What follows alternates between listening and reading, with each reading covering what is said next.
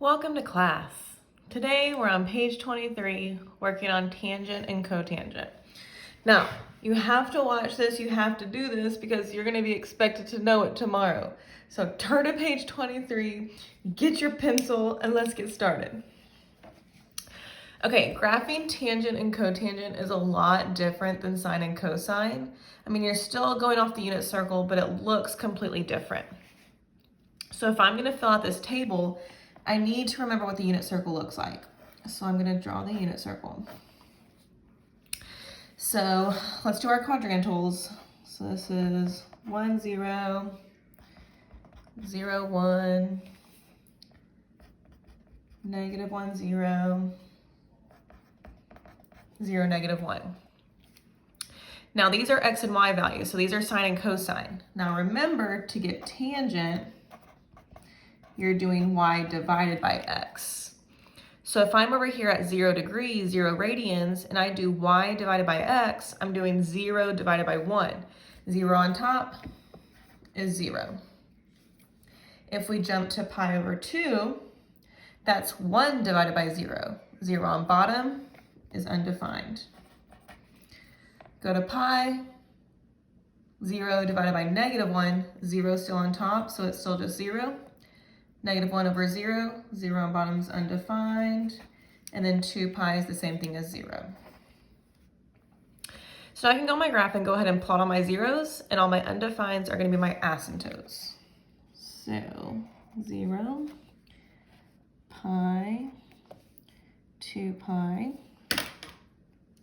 and then pi over 2 is an asymptote,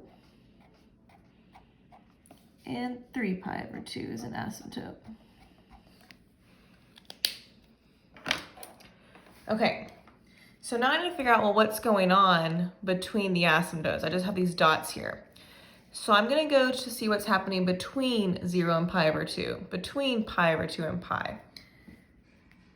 So that is these guys. So halfway between 0 and 90 is 45. That's the root 2 over 2's. Now these are easy because we're dividing them. And when you divide a number that's the same by itself, what do you get? What'd you say? Oh, you said 1? Very good. So at pi over 4, we're at 1. So let's fill in all these things between, all the fourths. So 1/4, 2/4, 3/4, that's 4/4, 5/4, 6/4, 7/4, and here's 8/4. So going around my unit circle, this was positive 1. If I come over here, my x value is going to be negative, so it's negative 1. If we come down here, they're both negative, and negative divided by negative is a positive.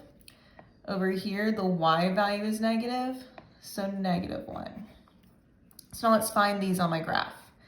So pi over 4 is halfway between 0 and pi over 2, so I'm going up to 1.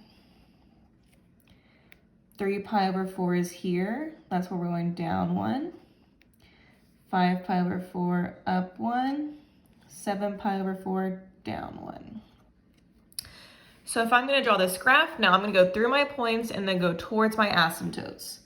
So it's going to kind of look like a cubic function up in here. So that's one rotation around the unit circle for tangent. However, tangent's period is not 2 pi. Because if I continue this across the graph, let's see what it looks like. So every other one is a 0. And then in between the zeros are your asymptotes.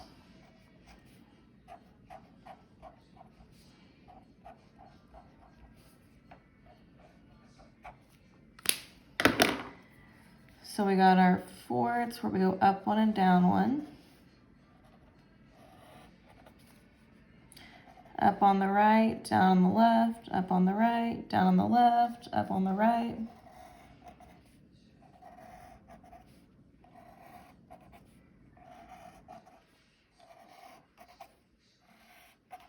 So we have a bunch of cubic functions going on here. The general equation, y equals tangent theta. Now the period. The period is the section, the length of the section that's repeated across the whole graph. So I can see these cubic functions are what's repeated across the whole graph. So what's the distance between the two asymptotes is what you're looking for the period. So the distance from here to here, or here to here, or here to here, or you could say the distance between the two zeros is what? What'd you say? Oh, you said pi. Very good. So now, since the period is pi, the formula we use to find the period also changes. For sine and cosine, we did 2 pi over b. For tangent and cotangent, oh, I just wrote 2. We're going to do pi over b. This is the formula we use for period to figure out. So like if I have an equation, I'm given b, I use that to find the period. Okay, domain, it's not all real numbers because we skip over the asymptotes. So kind of like we did yesterday for secant and cosecant, we're gonna write an equation where it's all real numbers, but x doesn't equal, and then pick any asymptote. I'll pick pi over 2, plus or minus k, and then how far away is the next asymptote? Well, it's only pi away. So this time, it's not half the period, it is the period. Range is a little easier this time because there's not a break when you go up and down. So range for tangent is always going to be all real numbers here. The equation of the asymptotes, just like secant and cosecant, it matches what you did for domain, but you were going to put it that it does equal.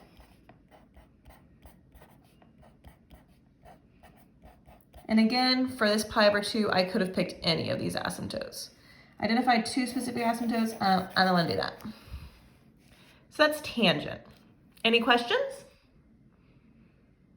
Great. Stay tuned for cotangent.